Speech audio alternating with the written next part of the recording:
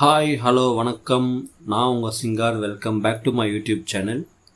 So இந்த வீடியோ நம்ம என்ன பார்க்க போகிறோம்னா, ரீசெண்டாக அமேசான் ப்ரைம் வீடியோவில் ரிலீஸ் ஆன ஹிட் லிஸ்ட் தமிழ் மூவி எப்படி இருக்குன்னு இப்போ நம்ம பார்க்கலாம்.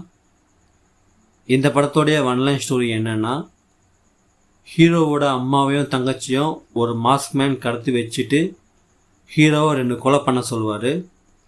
ஸோ ஏன் ஹீரோவை 2 கொலை பண்ண சொன்னார், அது 2 பேர் யார், அவங்களுக்கும் இவங்களுக்கும் என்ன சம்மந்தம், மாஸ்க்மேன் சொன்ன மாதிரி ஹீரோ 2 கொலை பண்ணாரா இல்லையா, அதுக்கப்புறம் என்ன ஆச்சு அப்படின்னு தான் இந்த படத்துடைய ஒன்லைன் ஸ்டோரி. எனக்கு இந்த படம் பிடிச்சிது. அதுக்கு முக்கியமான காரணம் இவங்க எடுத்துக்கிட்ட ஸ்டோரி அண்ட் இவங்க எடுத்த விதமும் தான். முக்கியமாக கிளைமேக்ஸ் எனக்கு ரொம்பவே சூப்பராக இருந்துச்சு. அந்த இடத்துல ஒரு ட்விஸ்ட் ஒன்று ரிவீல் பண்ணுவாங்க. எனக்கு அது ரொம்ப பிடிச்சிச்சு அண்ட் எனக்கு அது ஒர்க் அவுட் ஆச்சு. ஏன்னா ஃபஸ்ட்லேருந்து அந்த படத்தை எடுத்துகிட்டு போன விதமும் சரி, அது ஒரு மாதிரியாக இருக்கும். பட் கிளைமேக்ஸ் வர வர அது ஒரு வேறு மாதிரி பண்ணியிருப்பாங்க. அது எனக்கு ரொம்பவே சூப்பராக பிடிச்சிருந்துச்சு. இந்த படத்தில் 3 மெயின் லீட்ஸ்.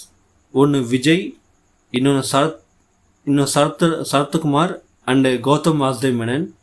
அவன் 3 பேர் கேரக்டர் அண்ட் அவன் 3 பேருமே பர்ஃபார்மன்ஸ் ரொம்ப சூப்பராகவே இருந்துச்சு இந்த படத்தில். அதை தாண்டி இந்த படத்தில் நடித்த எல்லாரோட பர்ஃபார்மன்ஸுமே ரொம்ப நல்லா இருந்துச்சு. இந்த படத்தில் சாங்ஸ் பெருசாக இல்லை, பட் இந்த படத்துக்கு பேக்ரவுண்ட் மியூசிக் இந்த படத்துக்கு ரொம்ப ஆக்டாகவே இருந்துச்சு.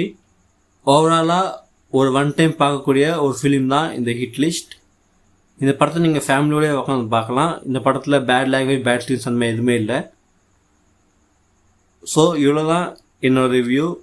இது ரிவ்யூ உங்களுக்கு பிடிச்சிருந்தா லைக் பண்ணுங்கள், ஷேர் பண்ணுங்கள், என் யூடியூப் சேனல் சப்ஸ்கிரைப் பண்ணிக்கோங்க.